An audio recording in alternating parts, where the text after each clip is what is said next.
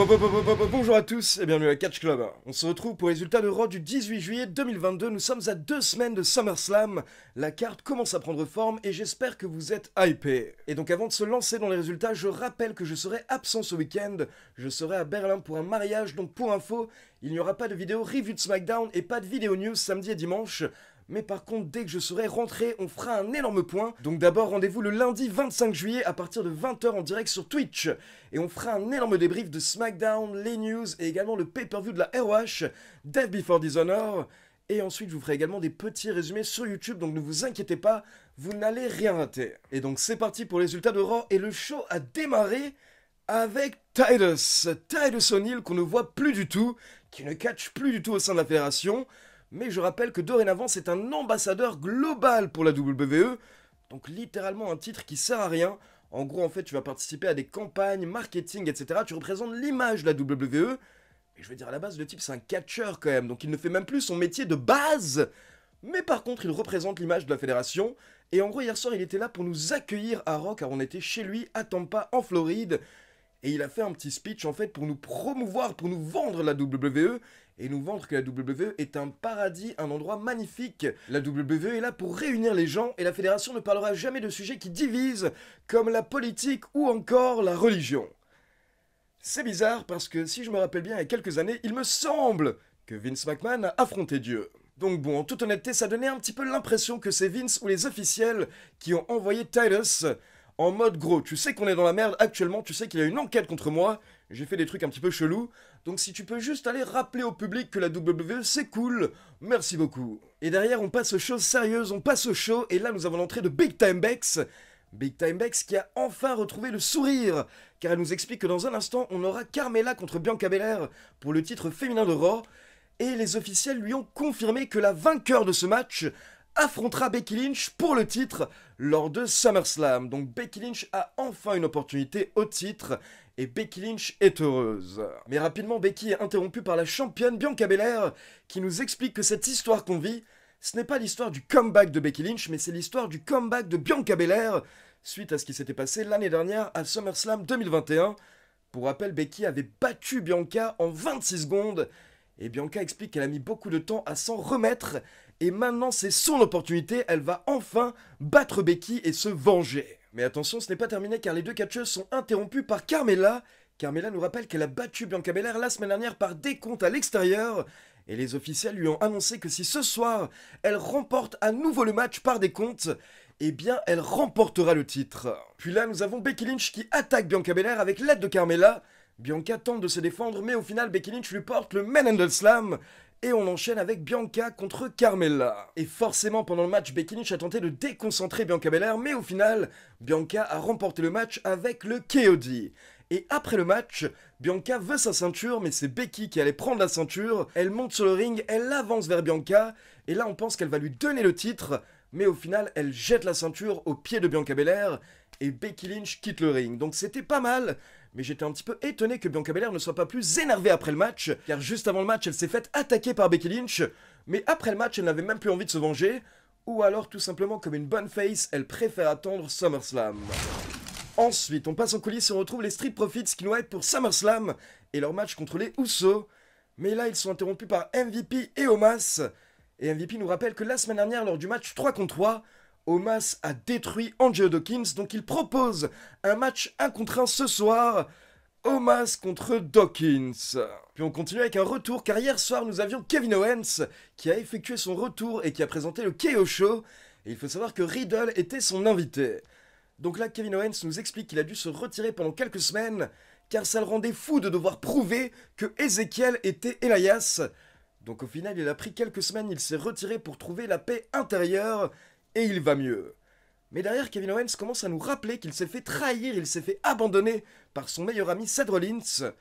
Et à côté de ça, Riddle s'est également fait abandonner par son meilleur ami Randy Orton. Donc là, Kevin Owens fait une proposition à Riddle, il lui dit que les RKO c'était bien, mais les Bro KO ça pourrait être encore mieux. Mais le problème, c'est que Riddle répond à Kevin Owens qu'il est sûrement le plus grand menteur qu'il connaisse. Mais Kevin Owens répond qu'il a changé et surtout il dit à Riddle que Riddle a bien fait confiance à Randy Orton, qui est le plus grand serpent de la fédération. Mais attention, Riddle n'apprécie pas, Et là, Riddle est prêt à se battre, sauf que d'un coup, on entend Burn It Down, le début de la musique de Seth Rollins. Et donc Riddle se retourne, il se demande qu'est-ce qui se passe, et Kevin Owens assure que ce n'est pas lui. Donc là, la musique démarre, elle s'arrête, puis derrière la musique de Seth Rollins démarre à nouveau. Donc là, Riddle se tourne vers l'entrée, mais Rollins arrive par derrière pour attaquer Riddle, et il lui porte même plusieurs stomps.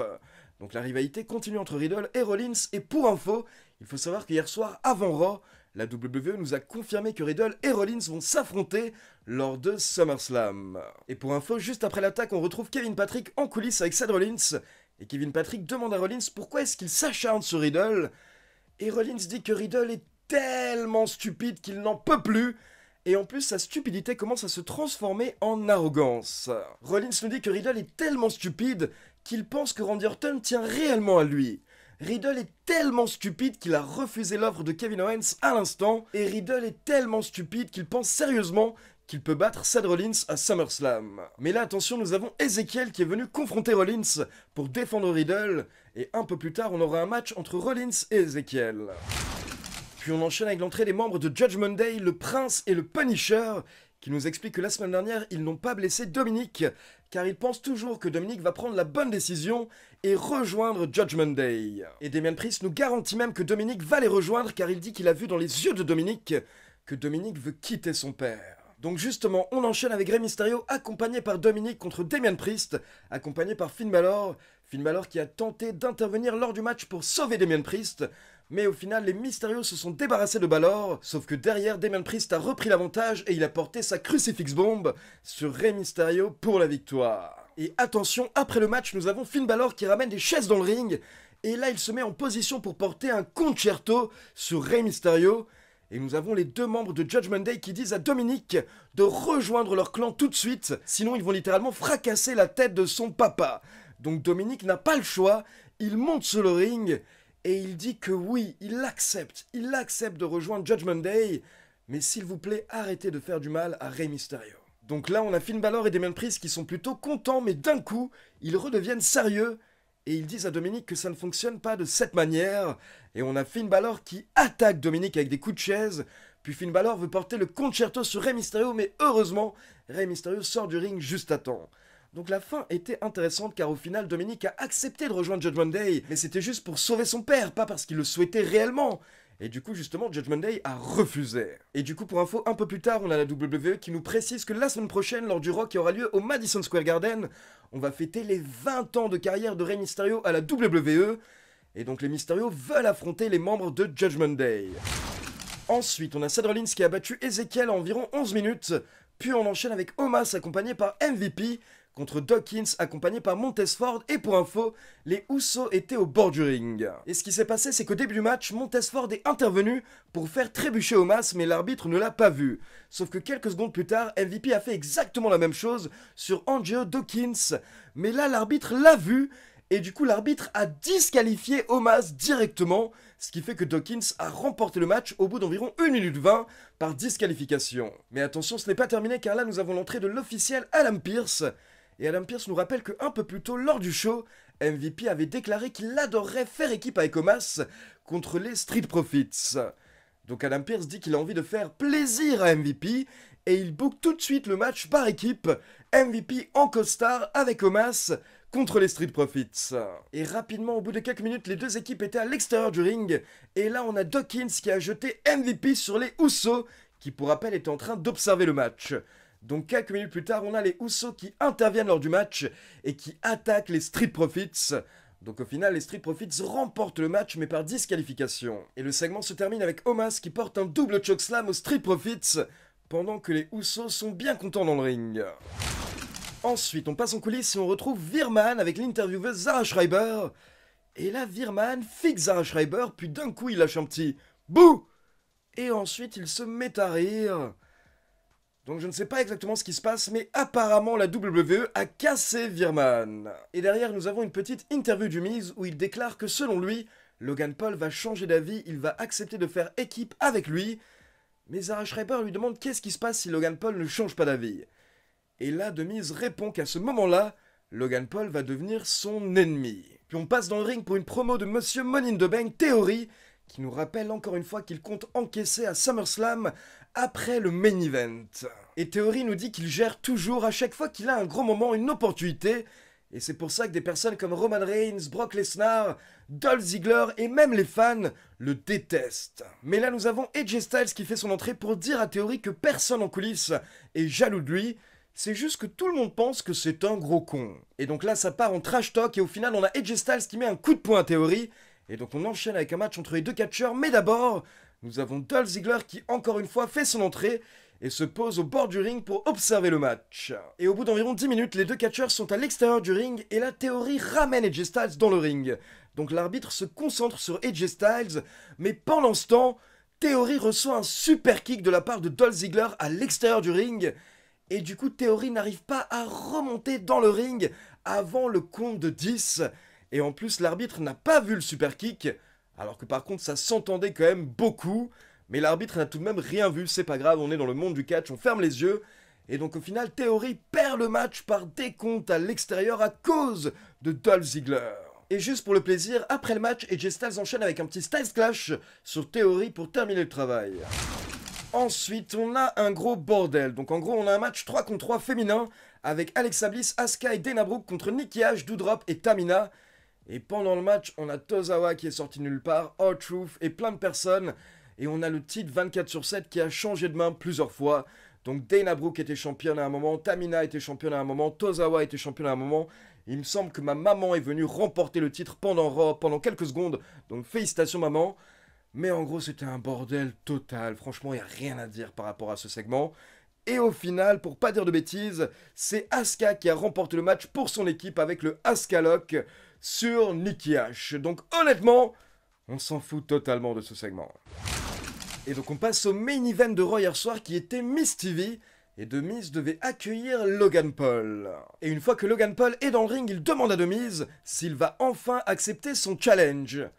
Mais là The Miz répond que Logan Paul est un rookie, donc non, il refuse. Mais Logan Paul répond que toute sa vie on lui a dit non. Toute sa vie on lui a dit qu'il ne pourrait pas réussir. Mais il a toujours prouvé aux gens qu'ils avaient tort.